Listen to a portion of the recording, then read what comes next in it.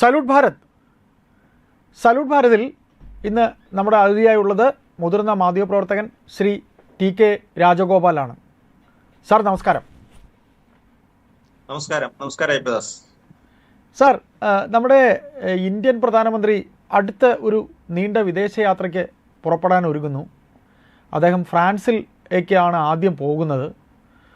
ഇന്നോ മറ്റോ അദ്ദേഹത്തിൻ്റെ യാത്ര തിരിക്കുമെന്നാണ് നമുക്ക് അറിയാൻ കഴിഞ്ഞത്. സാർ, ഈ യാത്രയ്ക്ക് ചില ഉദ്ദേശങ്ങൾ കൂടിയുണ്ട്. അതായത് ഓപ്പറേഷൻ സിന്ദൂറിന് ശേഷം അമേരിക്കൻ പ്രസിഡന്റ് ട്രംപിനെ അദ്ദേഹം ഇതുവരെ അവരെ ഇരുവരും നേരിട്ട് കണ്ടിട്ടില്ല. രണ്ടുപേരും നേർക്കുനേർ ഒരു വേദിയിൽ പ്രത്യക്ഷപ്പെട്ടില്ല എന്നുള്ളത് ബോധപൂർവമായിരിക്കാം, അല്ലെങ്കിൽ അല്ലാതായിരിക്കാം. ഏതായാലും വൈറ്റ് ഹൗസിൽ വെച്ച് അമേരിക്കൻ പ്രസിഡന്റിനെ നമ്മുടെ പ്രധാനമന്ത്രി കാണുന്നു എന്നൊരു വാർത്ത കൂടെയുണ്ട്. സാർ, ഈ വിദേശയാത്രയുടെ ഉദ്ദേശ ലക്ഷ്യങ്ങൾ എന്തൊക്കെയായിരിക്കാം? വൈറ്റ് ഹൗസ് കൺഫേം ചെയ്തതാണ് അയ്യപ്പദാസെ. ആ കൂടിക്കാഴ്ച ഫ്രാൻസിൽ തന്നെ നടക്കുകയാണ്. ഫ്രാൻസിൽ വെച്ച് തന്നെയാണ് നടക്കുന്നത്. G7 ഉച്ചകോടി വേദിയിൽ തന്നെ അവിടെ വെച്ച് തന്നെയാണ് ഈ കൂടിക്കാഴ്ച നടക്കുന്നത്. അത് നിസ്സാര അല്ല. ആരൊക്കെ തമ്മിലാണ് മുഖാമുഖം വരുന്നത്? അതാണ് അയ്യപ്പദാസ് സാറിന്റെ സൂചിപ്പിച്ചത്. അമേരിക്കൻ പ്രസിഡന്റ് ഡൊണാൾഡ് ട്രംപും ഇന്ത്യൻ പ്രധാനമന്ത്രി നരേന്ദ്രമോദിയും അല്ലേ? രണ്ടുപേരും മുഖത്തോട് മുഖം വരികയാണ്. ലോകം മുഴുവൻ ശ്രദ്ധിക്കുകയാണ്. ഇന്ത്യ മാത്രമല്ല, ലോകം മുഴുവൻ ശ്രദ്ധിക്കുകയാണ് കൂടിക്കാഴ്ച. G7 ഉച്ചകോടിക്ക് വേണ്ടിയിട്ടാണ് അദ്ദേഹം പോകുന്നത്. ഫ്രാൻസിലേക്കാണ് പോകുന്നതെങ്കിലും ഈ പറയുന്നത് പോലെ ഈ കൂടിക്കാഴ്ചയാണ് ലോക മാധ്യമങ്ങളെല്ലാം വളരെ ശ്രദ്ധയോടുകൂടി വീക്ഷിക്കുന്നത്.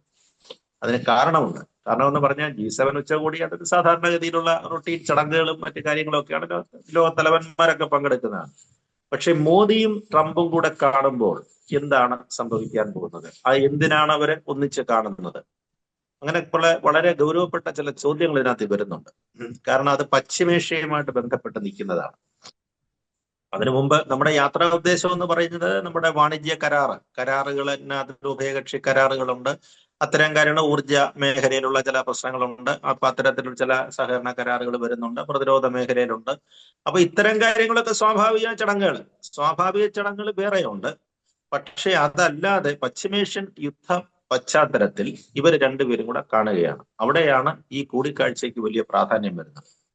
ഇപ്പോഴത്തെ വിവരം അനുസരിച്ചത് ജൂൺ 17 രണ്ടുപേരും തമ്മിൽ ഫ്രാൻസിൽ വെച്ച് സംസാരിക്കാൻ ഒറ്റയ്ക്ക് ഇരുന്ന് സംസാരിക്കുന്നതെന്നാണ് ഇപ്പൊ വരുന്ന ഔദ്യോഗിക വിവരം അനുസരിച്ച്. അപ്പൊ അങ്ങനെ രണ്ടുപേരും കൂടെ കാണുന്നത്, അതാണ് വൈറ്റ് ഹൗസ് കൺഫേം ചെയ്തിട്ടുണ്ട് കേട്ടോ.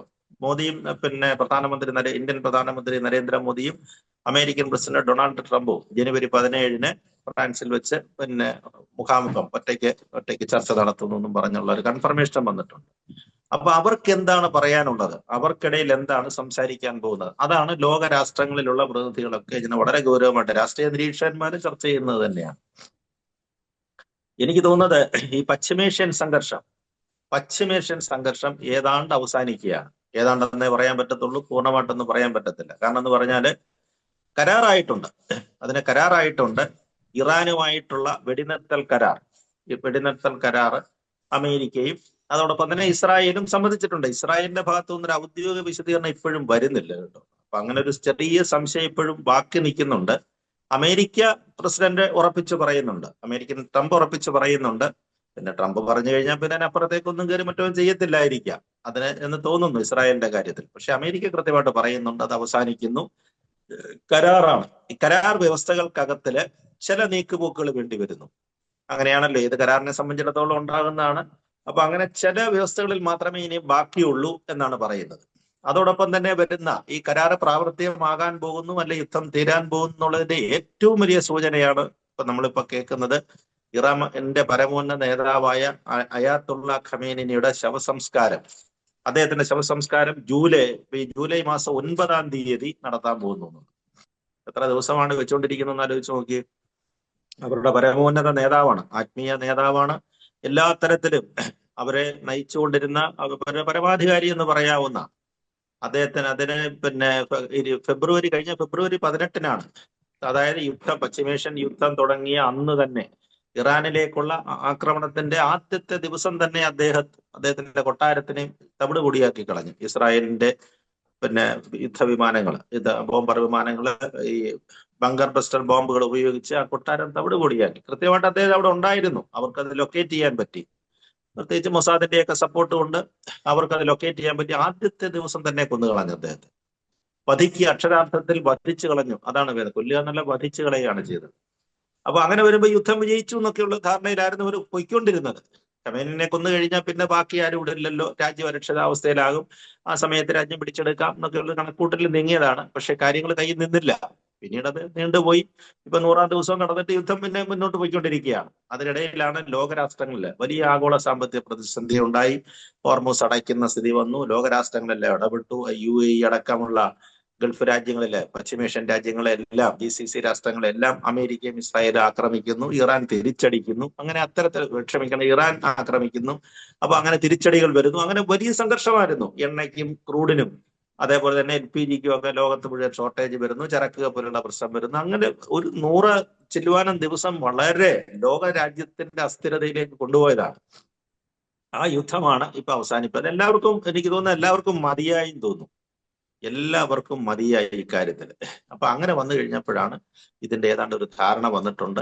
ഇക്കാര്യത്തില് വലിയ താമസമില്ലാതെ ഇതിപ്പോഴേ കരാറാകുന്നതിന്റെ സൂചനയാണ് ഞാൻ പറഞ്ഞത്. ഖമേനിയുടെ അടക്കം ജൂലൈ 9. അങ്ങനെ യുദ്ധം തീരാത്തൊരു സാഹചര്യത്തിൽ എന്തായാലും അടക്കം വെക്കത്തില്ലല്ലോ. അടക്കം എന്ന് പറഞ്ഞു കഴിഞ്ഞാൽ ഇറാനിലെ എത്രയോ ലക്ഷക്കണക്കിന് ആരാധകരുണ്ട് അദ്ദേഹത്തിന്. ആരാധകരുണ്ട്, വിശ്വാസികളുണ്ട്, ജനസമൂഹമുണ്ട്.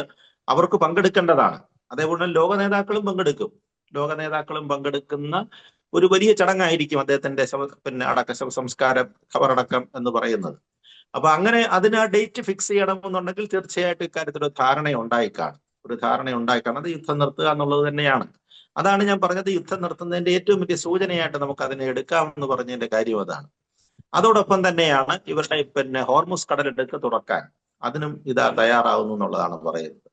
അതായത് ഇപ്പൊ അവിടെ നങ്കൂരമിട്ട് കിടക്കുന്ന അമേരിക്കൻ പടക്കപ്പലുകൾ നങ്കൂരമിട്ട് കിടക്കുന്നുണ്ട്. അതിലൂടെ വരുന്ന ഏതെങ്കിലും ഇറാനുമായിട്ട് താല്പര്യമുള്ള കപ്പലുകളെ ആക്രമിക്കും എന്നൊക്കെ പറഞ്ഞിട്ട് കിടക്കുന്നുണ്ട്. ആക്രമിക്കുകയും ചെയ്തു കേട്ടോ. നമ്മുടെ കപ്പലിനെ ആക്രമിച്ചു. നമ്മുടെ ഏതാണ്ട് 3 ഇന്ത്യൻ തൊഴിലാളികളാണ്, നാവികരാണ് ഈ അമേരിക്കൻ ആക്രമണത്തിൽ മരിച്ചിരിക്കുന്നത്. 10ഓളം പേര് മരിച്ചിട്ടുണ്ട്. അതിനെ നമ്മൾ അപലപിക്കുകയും ചെയ്തിട്ടുണ്ട്. അപലപിക്കുക മാത്രമല്ല, ട്രംപിനോട് നേരിട്ട് പറയും. നമ്മുടെ പ്രധാനമന്ത്രി മുഖത്ത് നോക്കി പറയുകയും ചെയ്യും അത്തരം കാര്യങ്ങൾ. അതിനകത്തൊന്നും സംശയമൊന്നുമില്ല. മര്യാദകൾ കാണിച്ച നേരെ തന്നെ ഇവിടെ മന്ത്രാലയം വിളിച്ചു വരുത്തിയല്ലോ. ഇന്ത്യൻ കപ്പൽ ആക്രമിച്ച് ആദ്യത്തേത് അബദ്ധമാണെന്ന് പറഞ്ഞു. രണ്ടാമത്തേത് കഴിഞ്ഞു കഴിഞ്ഞപ്പോൾ നമ്മളിവിടെ വിളിച്ചു വരുത്തി. അവരുടെ സ്ഥാനപതിയെ വിളിച്ചു വരുത്തിയിട്ട് പറഞ്ഞു, കാര്യങ്ങളൊക്കെ കൊള്ളാം, പക്ഷെ കുറച്ചൊക്കെ മര്യാദയും കാര്യങ്ങളൊക്കെ നിൽക്കണം. ഇല്ലെന്നുണ്ടെങ്കിൽ അഭ്യാസം അവിടെ ഹോർമൂസ് കടലിലേക്ക് വെച്ച് വേണ്ട എന്നുള്ളത് കൃത്യമായി വാണിംഗ് കൊടുത്തു. ചരക്ക് കപ്പലിനോടല്ല ചരക്ക് കപ്പലിനോടല്ല ഇങ്ങനെയൊക്കെ കാണിക്കേണ്ടതെന്ന രീതിയിലൊക്കെ തന്നെ പറഞ്ഞു. ഇന്ത്യക്കാരോടല്ല, ഇന്ത്യൻ കപ്പലുകളോടല്ല അങ്ങനെ കാണിക്കേണ്ടത്. ഇന്ത്യൻ കപ്പലുകളെ നിങ്ങൾ ആദ്യത്തെ നമ്മൾ പറഞ്ഞില്ലേ, ഒരെണ്ണത്തിനും ഒരു എക്സ്ക്യൂസ് കൊടുത്തു. പക്ഷെ വീണ്ടും അത് തുടങ്ങിക്കഴിഞ്ഞു കഴിഞ്ഞാൽ കാര്യം കൈവിട്ടു പോകുന്നുള്ള കൃത്യമായ മെസ്സേജ് പോയിട്ടുണ്ട്. അപ്പോ ഈ ഫ്രാൻസില് ഞാനൊന്ന് ഇടപെടുകയാണ്. അപ്പൊ ഈ ഫ്രാൻസില് ഇങ്ങനെ വരുന്ന ആ മീറ്റിംഗിൽ എന്തൊക്കെയായിരിക്കാം ഇവർ തമ്മിൽ സംസാരിക്കാൻ സാധ്യതയുള്ള വിഷയങ്ങൾ? അമേരിക്കൻ പ്രസിഡന്റും ഇന്ത്യൻ പ്രധാനമന്ത്രിയും സാധ്യതയുള്ള വിഷയം. ഉഭയകക്ഷി റിലേഷൻഷിപ്പ്, വ്യാപാര കരാറുകൾ, അത്തരം കാര്യങ്ങളാണ്. അതൊരു ഫോർമുലയാണ് നമ്മുടെ. കാരണം പ്രധാനമന്ത്രി മാത്രമല്ല, വലിയ ഉദ്യോഗസ്ഥ സംഘവും പോകുന്നുണ്ട് ഇവരോടൊപ്പം. അപ്പൊ അത്തരം നമ്മൾ അമേരിക്കയുമായിട്ടുള്ള കരാറുകള് ഇറക്കുമതി തീരുവയുടെ കാര്യങ്ങളൊക്കെ ചർച്ചയാവാൻ സാധ്യതയുണ്ടാകുമോ? ചർച്ചയാകാൻ സാധ്യതയുണ്ട്. കാരണം എന്ന് പറഞ്ഞാൽ അതൊക്കെ കുറയുമെന്നാണ് പറയുന്നത്. ഇപ്പൊ യുദ്ധം തീർന്നു കഴിഞ്ഞാൽ ഈ പ്രശ്നങ്ങളെല്ലാം മാറും, എല്ലാ തീരുവകളും കുറയും. ഇതെന്ന് പറഞ്ഞ യുദ്ധ സാഹചര്യം വന്നപ്പോൾ നിവൃത്തിയില്ലാതെ ചെയ്യുന്നതാണ്, അല്ലെങ്കിൽ നമ്മളെ സമ്മർദ്ദത്തിലാക്കാൻ വേണ്ടി ചെയ്യുന്നതാണ്.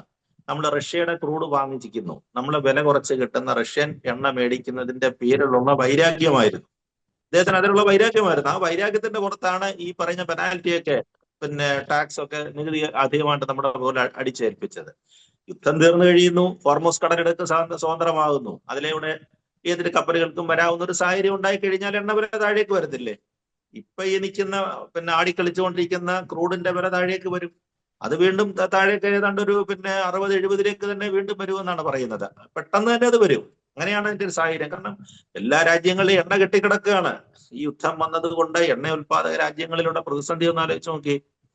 അവർക്ക് ഇഷ്ടം പോലെ ശേഖരം കെട്ടിക്കിടക്കാണ്, പുറത്തേക്ക് കൊണ്ടുപോകാൻ പറ്റുന്നില്ല ഇത്. അതാണിതല്ലോ പ്രതിസന്ധി എന്ന് പറയുന്നത്. അപ്പൊ എണ്ണയുടെ ക്രൂഡിന്റെ ഒരു കുത്തൊഴുക്കായിരിക്കും നടക്കുന്നത്. ആ വില, അതുകൊണ്ട് ഞാൻ പറഞ്ഞു, ചിലപ്പോൾ 60-50 വരെ എത്തിയാൽ പോലും അതിശയപ്പെടേണ്ടത്. അതായത് 50 രൂപ 60 രൂപയ്ക്ക് മേടിക്കുന്ന ക്രൂഡാണ്. ഇപ്പൊ നമ്മുടെ ഇവിടെ വില ഇപ്പോഴത്ര 115 രൂപയായി വിൽക്കുന്നത് അല്ലേ. ഏതാണ്ട് ഇരട്ടി കൂടുതൽ വിലയ്ക്ക് വിൽക്കാൻ പറ്റിയ ഗവൺമെന്റിന്. അപ്പൊ ഗവൺമെന്റിനെ സംബന്ധിച്ചിടത്തോളം എണ്ണ കമ്പനികൾക്ക് വലിയ നഷ്ടം ഉണ്ടായിട്ടുണ്ട്, സത്യമാണ്. അതൊക്കെ ഒരുപക്ഷെ മേക്കപ്പ് ചെയ്യാൻ പറ്റുമായിരിക്കാം. ചിലപ്പോൾ 1, 2, 3 മാസം കൊണ്ട് അത് ചെയ്യാം. LPG-യിൽ അതുപോലെ വില കുറയ്ക്കാൻ പറ്റും. ഇപ്പൊ നമ്മൾ കുക്കിംഗ് ഗ്യാസിന്റെ വിലയും കുറയ്ക്കാൻ പറ്റും. അതേപോലെ വാണിജ്യ സിലിണ്ടറിന്റെ വില കുറയുമായിരിക്കും. അങ്ങനെ ലോകം ഒരു സമാധാന അന്തരീക്ഷത്തിലേക്ക് പോവുകയാണ്. ആ സമാധാനത്തിന് ഒരു വലിയ ചിറകുമായിട്ടാണ്, ഒരു സമാധാനത്തിന്റെ ഒരു വെള്ളരിപ്രാവിനെ പോലെയാണ് നമ്മുടെ പ്രധാനമന്ത്രി പറഞ്ഞു ചെല്ലുന്നത് എന്നാണ് ലോകമാധ്യമങ്ങൾ പറയുന്നത്. സമാധാനത്തിന്റെ വെള്ളരിപ്രാവായിട്ടാണ് അദ്ദേഹത്തെ വിശേഷിപ്പിക്കുന്നത്. കാരണം അദ്ദേഹത്തിനെ കൊണ്ട് ഈ ഫൈനൽ അഡ്ജസ്റ്റ്മെന്റുകളൊക്കെ നടക്കുകയുള്ളൂ.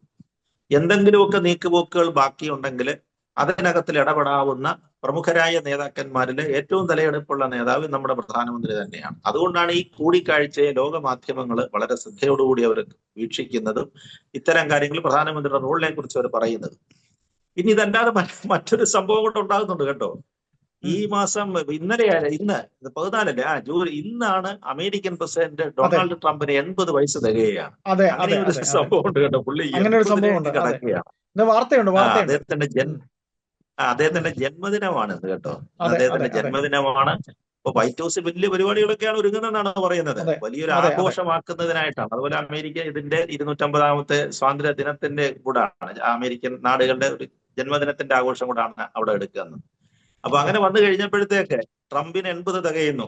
ഒരു ഭരണാധികാരിയാണ് 80 വയസ്സ് എന്ന് പറഞ്ഞാൽ അമേരിക്ക വിദേശ രാജ്യങ്ങളെ സംബന്ധിച്ചിടത്തോളം വലിയ കാര്യങ്ങൾ നമ്മുടെ ഇവിടെ തന്നെ ഉണ്ടായിരുന്നുണ്ട്. നമ്മുടെ മുഖ്യമന്ത്രി 80 വയസ്സുള്ള ആളുകളൊക്കെ നമ്മുടെ ഇവിടെ ഭരണാധികാരികളായിട്ട് ഇരുന്നിട്ടുണ്ട്. പക്ഷെ ട്രംപിന്റെ 80 എന്ന് പറഞ്ഞാൽ ലോകം ശ്രദ്ധിക്കുന്നതാണ്. ലോകം ശ്രദ്ധിക്കുന്ന 80 വയസ്സാണ്. അപ്പൊ ഈ ആഘോഷങ്ങളുടെ ഭാഗമായിട്ട് അവിടെ എന്തൊക്കെയോ വലിയ ഇടിക്കൂട്ടോ ഏതാണ്ടൊക്കെ ഉണ്ടാക്കുന്നുണ്ട്. അതായത് അദ്ദേഹത്തിന്റെ പിറന്നാൾ ദിനത്തിൽ അദ്ദേഹത്തിന് രക്തം കാണണം എന്ന ആഗ്രഹമുണ്ട്. അതാണ് നമ്മുടെ പഴയ വടക്കൻ പോരാളികളുണ്ടല്ലോ, ആരോമൻ ചേകർ കളരികളിലെ പോരാളികൾ അങ്ങനെയാണല്ലോ. അവരൊരു വാളെടുത്ത് കഴിഞ്ഞാല് അംഗക്കളരികളിലൊക്കെ വാളെടുത്ത് കഴിഞ്ഞു കഴിഞ്ഞാൽ രക്തം കണ്ട ശേഷമേ അത് തിരിച്ചുറയിലേക്ക് ഇടത്തുള്ളൂ അല്ലേ. അപ്പൊ അത്തരത്തിലുള്ള ഒരു നിലപാടൊക്കെയാണെന്ന് തോന്നുന്നു. അപ്പൊ അങ്ങനെ ഒരു അല്പം രക്തം ചിന്തിയിട്ടൊക്കെ ഉള്ളതാകട്ടെ എന്ന് കരുതിയിട്ടായിരിക്കും 10-14 ഇടിക്കാരെ വിളിച്ചിട്ടുണ്ട് വൈറ്റ് ഹൗസിൽ. അങ്ങനെ ഒരു പ്രത്യേക പദ്ധതി വലിയ ആഘോഷം നടക്കുകയാണ്. അപ്പൊ ഇന്ന് ജന്മദിനമാണ്. ഇത് മൂന്നാം ദിവസം ഒരു പക്ഷേ അങ്ങനെ ജന്മദിനാശംസയും നേരിട്ട് കൊടുക്കാം. അതൊന്നും സാധ്യമാവുന്നുണ്ടല്ലേ. 17-ാം തീയതി രണ്ടുപേരും തമ്മിൽ കാണുമ്പോഴും ഒരു പക്ഷേ 80ാം ജന്മദിനം വളരെ ക്രൂഷ്യലായ ഒരു പ്രായങ്ങളൊക്കെ ആണല്ലോ. അപ്പൊ അങ്ങനെ വരുമ്പോൾ അദ്ദേഹത്തിന് ഒരു പക്ഷേ ഉപഹാരവും കൊടുക്കാൻ പറ്റും. അപ്പൊ രണ്ടുപേരും കൂടെ ഒരു വലിയ കെട്ടിപ്പിടുത്തമൊക്കെ നമുക്ക് കാണാൻ പറ്റും ലോകവേദിയിൽ. അത് വലിയൊരു ചർച്ചയാകുന്ന വിഷയമാണ്. ഇവർ തമ്മിൽ കാണുന്നതാണ് ലോകത്തിന്റെ ഒരു വലിയ കൗതുകമാണ് കേട്ടോ. ട്രംപും ഇന്ത്യൻ പ്രധാനമന്ത്രി നരേന്ദ്രമോദിയും തമ്മിലുള്ള പരസ്പര ആശ്ലേഷവും ആലിംഗനവും അതൊരു വലിയ കാഴ്ച തന്നെയാണ്. അപ്പൊ അത് തന്നെയല്ല, തലയെടുപ്പുള്ള നേതാക്കന്മാരാണ്. ഇപ്പൊ ആ വേദിയിൽ G7 വേദിയിൽ വരാവുന്ന ഏറ്റവും തലയെടുപ്പുള്ള 2 നേതാക്കന്മാർ ഇവർ തന്നെയാണ്. അക്കാര്യത്തിൽ സംശയങ്ങളൊന്നുമില്ല. പിന്നെ യുദ്ധത്തിന്റെ ഫോർമാലിറ്റി, മറ്റു ചില ഫോർമാലിറ്റികളൊക്കെ അവസാനിക്കുന്നുണ്ട്. ഇപ്പൊ തന്നെ ഇവരെ ആക്രമിച്ചതിനുള്ള തിരിച്ച് UAE അവർക്ക് പണം കൊടുത്തു എന്നാണ് പറയുന്നത്. ഇപ്പൊ UAE-യിലെ രാജ്യങ്ങളെ ഒന്നും ആക്രമിക്കാതിരിക്കുന്നതിനായിട്ട് അവർ ഇറാന് പണം കൊടുത്തു. അങ്ങനെയാണ് യുദ്ധം അവസാനിപ്പിക്കുന്നതെന്ന് പറയുന്നുണ്ട്. അതെല്ലാം അമേരിക്ക ഒരുപാട് പണം ഇവിടെ മരവിപ്പിച്ച് നിർത്തിയിട്ടുണ്ട്. ഇറാന്റെ എണ്ണയ്ക്ക് വിലയായിട്ട് ഉണ്ടായിരുന്ന അവർ വിറ്റ് കിട്ടിയ പണങ്ങളൊക്കെ അമേരിക്കൻ ബാങ്കിൽ നിക്ഷേപിച്ചിട്ടുണ്ടായിരുന്നു. പക്ഷെ അതൊന്നും ഇപ്പൊ തിരിച്ചു കൊടുക്കുന്നില്ല. അതെല്ലാം പുള്ളി മരവിപ്പിച്ചു വെച്ചിരിക്കുകയാണ്. അതായത് ഇറാനെ സാമ്പത്തിക ഒരു ഏർപ്പെടുത്തിയിട്ടുണ്ടായിരുന്നു. അപ്പൊ അതെല്ലാം വിട്ടുവീഴ്ച ചെയ്യുകയാണ്. ആ പണം തിരിച്ചു കൊടുക്കുന്നു. അതേപോലെ തന്നെ UAE നല്ല തുക കൊടുത്തു എന്നാണ് പറയുന്നത്. ഞങ്ങളെ ആക്രമിക്കാതിരിക്കണം. കാരണം അവർക്ക് അമേരിക്ക മനസ്സിലായി. അമേരിക്കൻ ട്രംപ് പറയുന്നത് കൊണ്ട് കാര്യമില്ല. അടി കിട്ടുകയാണെന്നുണ്ടെങ്കിൽ അമേരിക്കൻ പിന്തുണയുണ്ടെന്ന് പറഞ്ഞിട്ട് കാര്യമില്ലല്ലോ. നമ്മളെ വഴിയെടുത്തിട്ട് അടിച്ചാൽ എന്ത് ചെയ്യും? അപ്പൊ അതുകൊണ്ട് അവർ കുറച്ച് പണമൊക്കെ കൊടുത്തെന്നാണ് പറയുന്നത്. പക്ഷെ UAE പറയുന്നത് ഞങ്ങൾ അങ്ങനെയൊന്നും ചെയ്തിട്ടില്ല. അമേരിക്കയ്ക്ക് അങ്ങനെ പണം കൊടുത്ത് ഇറാന് പണം കൊടുത്തിട്ട് അടി മേടിക്കാതിരിക്കാൻ അല്ലെങ്കിൽ അത്തരം സഹായം കൈക്കൂലി കൊടുക്കുന്ന പരിപാടിയൊന്നും ഞങ്ങൾ ചെയ്തിട്ടില്ല, ഗുണ്ടാപിരിവ് കൊടുത്തിട്ടില്ല എന്നൊക്കെയാ പറയുന്നത്. പക്ഷെ കൊടുത്തു എന്ന് റോയിട്ടേഴ്സ് ആണ് പറയുന്നത്. വാർത്താമാധ്യമമായ റോയിട്ടേഴ്സ് പറയുന്നത്. ഏതായാലും സാർ, നമുക്ക് ഇത്തരം ഒരുപാട് കാര്യങ്ങൾ നിലനിൽക്കുന്ന ഈ അവസരത്തിൽ പശ്ചിമേഷ്യൻ യുദ്ധം അവസാനിച്ചു എന്ന് പറയുമ്പോഴും ആ ഉടമ്പടി കരാർ ഒപ്പിടാൻ പോകുന്നു എന്ന് പറയുമ്പോഴും ഈ അവസരത്തിൽ അവർ തമ്മിലുള്ള കൂടിക്കാഴ്ച, നരേന്ദ്രമോദിയും ട്രംപും തമ്മിലുള്ള കൂടിക്കാഴ്ചയ്ക്ക് ഒരുപാട് അർത്ഥതലങ്ങളുണ്ട്. ഇതിൻ്റെ ഈ വാർത്തയുമായി ബന്ധപ്പെട്ട് ഇനിയും ഒരുപാട് കാര്യങ്ങൾ നമുക്ക് ചർച്ച ചെയ്യാനുണ്ടാകും. നമുക്ക് അപ്പോൾ തുടർന്നും ഇരിക്കാം. നന്ദി. Thank you.